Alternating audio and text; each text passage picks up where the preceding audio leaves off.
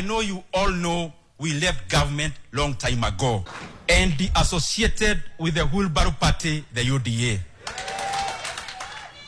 Kwa sababu hivi hata naona hata wenye Wilbaro wenyewe wataitoka waiwache. Mimi kama Dede Nyoro na wafuasi wangu kutoka leo nimeingia chama inaitwa People's Party of Kenya. As all the membership of the People's Party of Kenya, we have today joined the opposition. Kuna kitu mimi inanishangaza sana. Hadi kuna msee nilipata akizungumzia hiyo. Like unapata hawa wase wenye wamekuwa kwa gava, they have been with this government for the last 3 to 4 years. Alafu wanakuja wanaturn ghafla after wameona ni kama wamekuwa betrayed ama labda wamekuja wamepoteza ile influence inside the government. Like wakiwa ndani hawakuwa wanaona government kama ikiwa mbaya.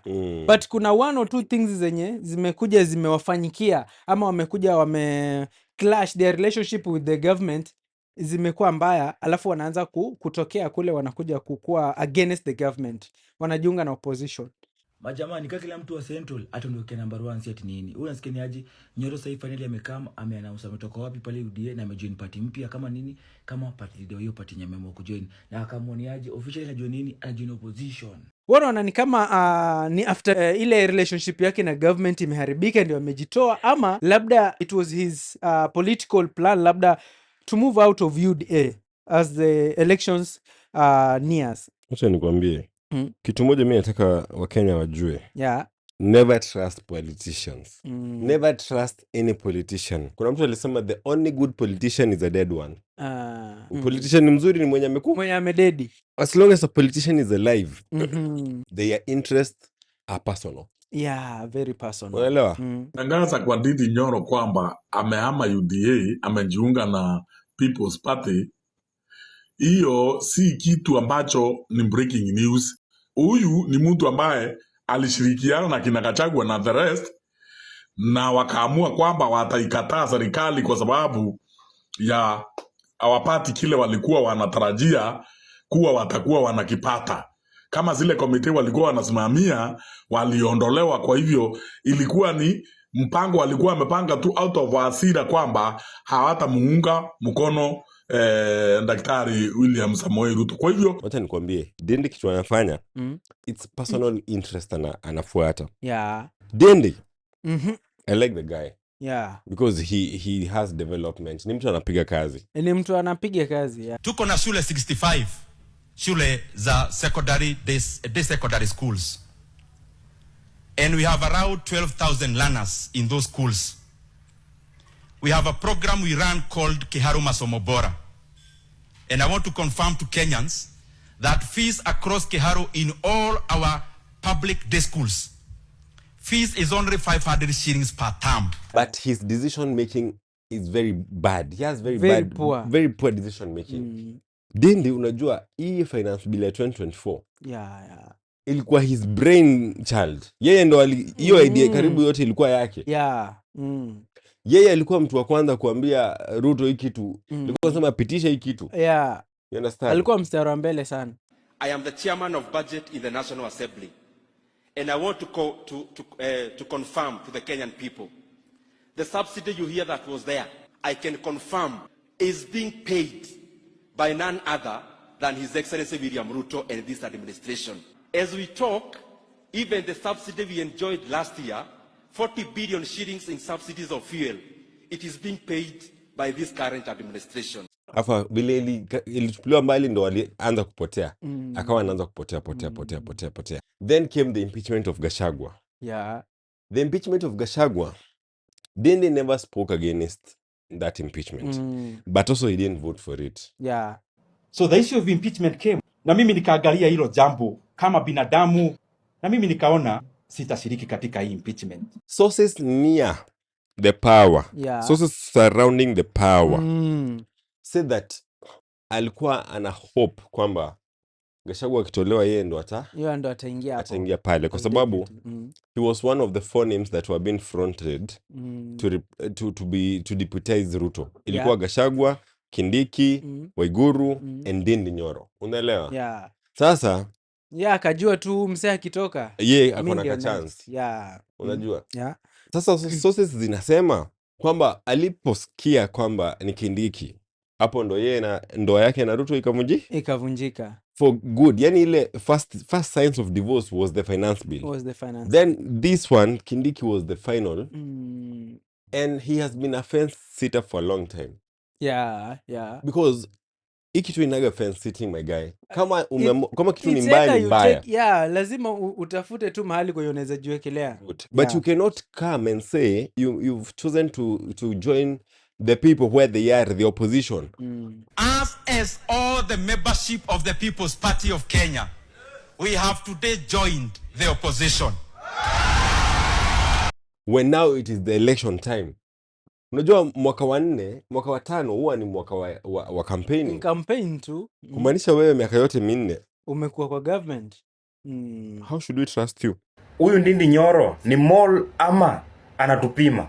How can we trust you? Bwana Ndindi. Na cha zaidi, umekuja umepata watu washaandaa gari. Yeah. Gari iko tayari. Kila kitu kiko ready. Ya kwenda 2027. Yeah, ni safari tu ianze. Gari ni nzuri, tumeweka magurudumu mapya. Tumepiga rangi nzuri, kama ni service iko fiti. Wewe ndo unakuja na kitukutuk chako hapo, unasema nimekuja na kitukutuk changu. Safari ni hiyo. Safari ni hiyo moja. Ati People's Party. Bro, bwana Chamani DCP. Yeah. By the way, kuna jamaa alikuwa anasema kama Ndindi anataka tumtrust, kwa nini asijoin DCP? Exactly. Huyu Ndindi Nyoro ni mall ama anatupima?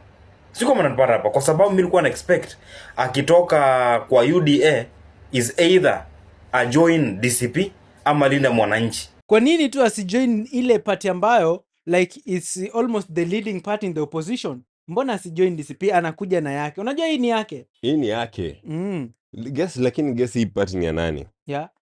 Hii party kuna msee ameingia huko hivyo nani akapiga ma research yake. This party belongs to Moses Kuria. Moses Kuria tu mmoja. Hii party iliformiwa in 2012 ndo ilikuwa formed. But in 2022, yeah, 2022 its owner, as per the registrar of political parties, the owner was Moses Kuria. So hata kama amebuy hii party, yeah, amebuy from who? From Moses. Ndindi Nyoro, mbunge wa Kiharu constituency, vile mnajua jana aliweza kutangaza na kusema kuwa ametoka UDA na ameingia kwa chama cha People Party of Kenya. Sio mnanipata, PPK. Na hiyo chama vile mnajua ni ya Moses Kuria. Na Moses Kuria mnamjua vizuri, ni mtu mwana support Ruto. Sio mnanipata hapa. Huyu Ndindi Nyoro ni mall ama anatupima? Sasa Moses Kuria tujui ni wanani? Moses Kuria si yako kwa government. Unaelewa? Yani kuna vile Ndindi ana move. Bado hatujamuelewa vizuri. Bado ana move vishedi, hatuwezi muelewa vizuri. Kama Ndindi pia ameona UDA ime lose ile influence pale kwa mountain. That is obvious. Hiyo yote everyone knows that. Yeah. UDA is dead. Especially around the mountain. Huku ingine kuna watu wenye. So anafanya hii for personal gain. Hii ni yake yeye mwenyewe, sasa anajitengenezea yeye mwenyewe. Hii ni for personal gain. Na pia there's a possibility that he's a wheelbarrow. Gachagua anasema kuna tu wheelbarrow twingi. Yeah. Ambato tutakuja tukue introduced by one Mr. Ruto. Ili ya divide kura ya mlima. Yeah. Unaelewa? Hii watu ya mlima UDA imekataliwa. So how do we save these people? Ni watu wangu, sasa tutafanya nini? Na watafutiwe chama friendly. So wanapanga tu wheelbarrows. Tupakwe rangi tofauti. Wanatoa ile yellow, wanaweka rangi na ile. So be on the lookout. The idea is Ndindi Nyoro knew what people think about him. They think of him as a traitor. Yeah. As a msaliti, as a betrayer. Kwamba anataka kukuja na party mpya ndo agawanye kura za mlima. Alafu akafanya exactly that. Si hata ungejifanya tu mpumbavu uingie DCP kama Kang'ata. Yeah. Mimi nakwambia hivi. There's a way that you can kill your own political future. Kwa sababu ya upumbavu kama hizi, yeah. Kwa sababu when people see this, no matter how good you are as an MP, people see you as someone who is working with Ruto. Yeah. Kuna time Ndidi used to chair the budget committee. For sure. Alafu akakuja akapoteza ile position. Na hapo pia relationship yake na the government hapo pia ikapotea. Kabisa. Unajua kama kitu haikufaidi, haina haja ya kuendelea kuwa nayo. Na hii ni baadhi tu ya zile sababu ambazo zimefanya mpaka anajaribu kuonyesha labda ako opposition, lakini in reality watu wengi wamekuja wamepredict sana ni kama ni msana anatumiwa kumtoa kwa budget committee nini, aonekane kama hayuko kwa government nini akuja afanye, alafu watu waanze kumtrust. Moses Kuria si alitolewa, Moses Kuria alitolewa cabinet, alafu baadaye akafanywa advisor to the president, alafu akajifanya ameresign, lakini baadaye amerudi na amekampaign on Kalau. Na kwanza sahi si hata ndio yeye ako mbele sana. You understand? Yeah. We know how Ruto moves. If he quacks like a duck and moves like a duck, it is a duck. Sasa amekuja kutumia labda Ndidi. Watu washaanza kutrust Ndidi, wanaona ni kama ako opposition. Na Ndidi anaongea vitu zenye watu wakikuu wanapenda. Vitu za do. Investing hapa na pale nini. Unaelewa? Bro, sisi wajinga bwana. So, Ndidi, you're a good person. But your decisions are going to cost you big time politically. Our brothers from the Luo Nation, please, we plead with you. How do you allow Ruto to give money to community members to hurt members of the same community? Na akifika kwa watu yake Wakalenjin, hawezi pea vijana pesa wakapiga mtu, anawapeleka jeshi wafundishwe, waandikwe, wakapigana na adu, wengine anapeleka polisi. For other communities, he gets foolish members of parliament, take money, give your sons to go and fight members of your community.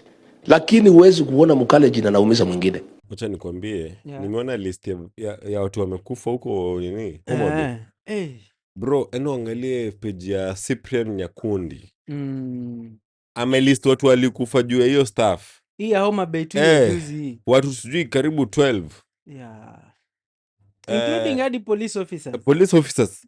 Magari sijui 17 sijui nini. Zimechomwa. Bro, the amount of bloodshed, the amount of loss that came from Luo Nyanza. It is such a... Umeona mpaka hoteli pia imechomwa. Imechomwa bana. Unajua hoteli ni kitega uchumi bro. The chaos witnessed in the county of Homa Bay on Sunday left 2 people dead and 53 injured, with 6 vehicles set ablaze. Reports from the county referral hospital also establishes that a female foreign national was fatally injured after she was run over by a vehicle in the county during the standoff between supporters of Linda Mwananchi and Broad-Based. Watu wanategemea hoteli kupata kitu chochote like the daily income. Lakini pia I think kuna watu hawatumia akili. Akili ni finyu. Kwa sababu gani? Itawezekanaje mimi na wewe ni mandugu, mimi nipewe pesa nikuje nikuwe wewe ndugu yangu, na mtu mwenye ametupatia hiyo pesa si eti anakuja kunisaidia mimi. Hiyo pesa yenye nimechukua ni hiyo. Na unajua ripoti inasemaje? Like Gunzu alipewa almost kila mtu 4K. Nilisikia hiyo story. Kila mhuni alipata 4,000 pale Homa Bay. Vijana hao walidaiwa kuagizwa kuzuia James Orengo, Edwin Sifuna na Babu Owino kufanya kikao kauntini humo. There's a picture there of wahuni wanaunga mkono wito wa tutam wakikabiliwa baada ya kuvamia msafara wa kundi la Linda Mwananchi katika kituo cha Ndhiwa. Bro, 4K wale magunzu wote, hiyo ni pesa ngapi? Pesa mingi. Na inasemekana tu alipewa kina Gladys Wanga, mwingine anaitwa nani, Kaluma, au ni watu wenye walihusika sana katika kumobilize hiyo, like it was a strategy. Yani ilipangwa from the very beginning, vile watu walisema watafika Homa Bay. Watu wakaanza kupanga hiyo strategy ya ku counter attack hiyo rally ya Linda Mwananchi. Despite his assurances, I have credible intelligence that PS Raymond Omolo and Gladys Wanga have organized on Sunday goons to beat people and kill people in Homa Bay against Linda Mwananchi. Homa Bay is such a sad thing for this country. My guy, na kuna mtu leo nimeona akisema what happened in Homa Bay had nothing to do with national politics. It had everything to do with local politics. It was Babu versus Wanga. Versus Wanga. Wanga anataka ku take over The Luo Nation. The Luo Nation, yeah. Na Babu naye ataka kumuonyesha si Babu alisema after baba ni babu. Yeah, babu unaelewa? kwa sababu. Babu kwa sababu. Bila babu tabu. Unasema ni babu kwa sababu kama kuna tabu ana jawabu la ajabu kwa adabu. Asante. Bila babu tabu. Unaelewa? Yeah. So that is why Wanga had to do anything and everything to make it impossible for Babu to enter Homa Bay. On the other hand, Babu had to do anything and everything to make sure he enters Homa Bay. It was a statement. Hiyo kupigania hiyo place end up kumaliza watu wengi sana. Na pia nimeona I think sahi ODM imekufa. Nimeona pale clip fulani watu wakikondem hiyo act na wakiona zile kofia za ODM na hizi mashati wakizichoma wakizirusha. Walai kabisa. Wanasema bwana kama hivi ndio imekuwa. Sisi hata we don't want to be the supporters of Baba tena. Yeah. Vile Baba lienda pia sisi hizi shati tunachoma na hizi makofia. Hatutaki ODM. Hapa tunachoma Raila na grupu yake yote. Nataka ishe kabisa na iende. Tutambui bwana Raila aliende na sisi tunadhalilishwa na watoto wetu.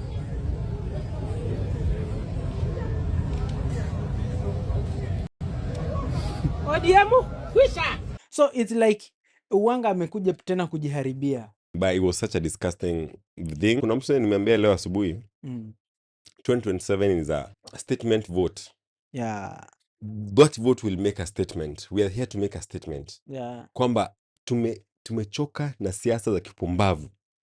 Kuna watu kama Wanga hawafai kushikilia na nyadhifa za uongozi katika nchi. In 2027 we want to make a simple statement that it is not possible for you to do anything and everything to hold on to power. Yani haitawezekani, haitakuwa hii nchi unaweza fanya chochote na lolote ili ubaki katika uongozi na tukuruhusu.